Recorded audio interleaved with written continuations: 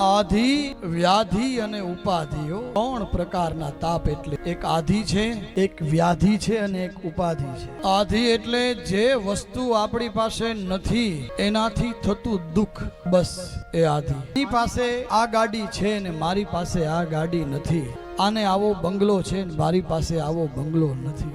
આધિઓ એને ભાગવતજીમાં આધિ દૈવિક કીધું. આધિ દૈવિક, આધિ ભૌતિક અને આધ્યાત્મિક. આધિ એટલે